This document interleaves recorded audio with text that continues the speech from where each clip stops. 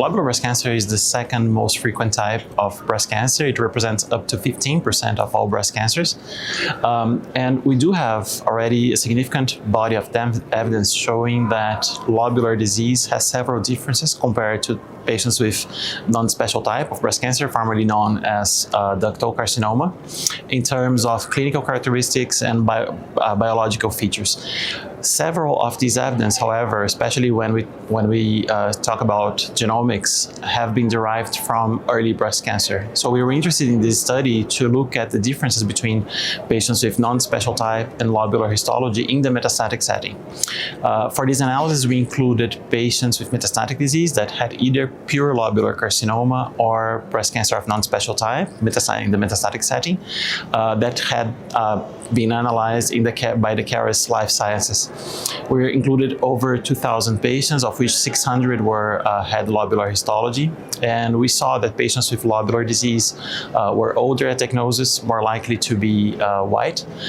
So when we talk about the intrinsic subtypes, we observed that luminal B was the most frequent subtype across histologies, but luminal A was actually more frequent in patients with lobular disease. And then there were several mutations that were more frequent in patients with lobular histology compared to ductal. For example, we observed higher rates of NF01, CDH1, RBB2, PIK3CA alterations in patients with lobular disease. And these across mutations, they tended to be similar when we looked at the differences between luminal A and B, with the exception of PIK3CA mutations that were more frequent in patients with luminal B. We also observed higher rates of TMB high in patients with lobular disease, and again, that was more frequent in patients with luminal B subtype. And there were also a few interesting differences in terms of the immune profile, both in terms of the expression of checkpoint genes and the immune infiltration profiles that we observed.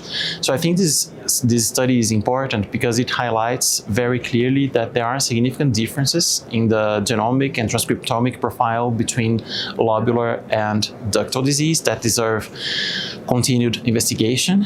And several of the alterations that I described, they are actually actionable mutations, for example, and we saw that they are more frequently present in patients with lobular histology. So it does highlight the importance of monitoring these alterations when we take care of our patients in clinical practice.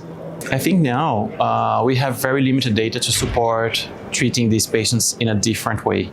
Our data just highlights that there are biological differences that are important between the two subtypes that deserve additional study, actually because we need to understand what is the efficacy of each new treatment that we incorporate in practice in the lobular subpopulation. That's a very important point. So these patients really must be included in clinical trials, and the community that studies lobular breast cancer is really interested in trying to understand what is the specific efficacy of each of these new treatments in this population.